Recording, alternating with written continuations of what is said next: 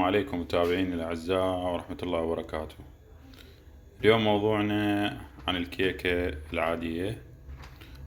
4 أكواب طحين، 3 حبات بيض، كوب حليب، كوب عصير برتقال، ملعقة كبيرة بيكنج باودر، ملعقة كبيرة فانيلا، وملعقة خل.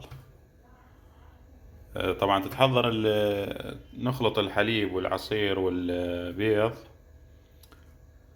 والبيكنج باودر، نخلطهم بالخلاط، وبعدين شوية شوية فوق الدقيق الطحين، نخلط شوية شوية إلى أن يصير عندنا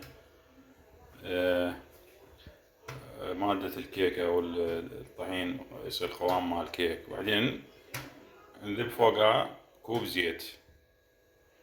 وهسه راح أخلط المواد وأرجع لكم. أعزائي المتابعين، هسه راح نذب البيض بالخلاط بهاي الطريقة، والحليب إذن. نخلط المكونات بهاي الطريقة،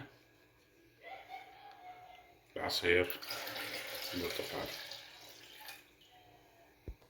أعزائي المتابعين، هاي المواد كلها راح نخلطها لمدة 2 أو 3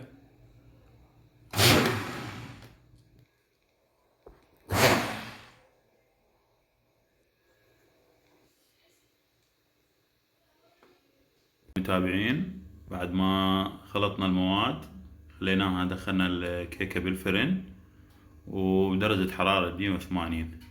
هاي الكيكة كملت، وإن شاء الله سهمكم العافية. تحياتي لكم، ولا تنسون الضغط على المتابعة وزر الاشتراك بالقناة. تحياتي.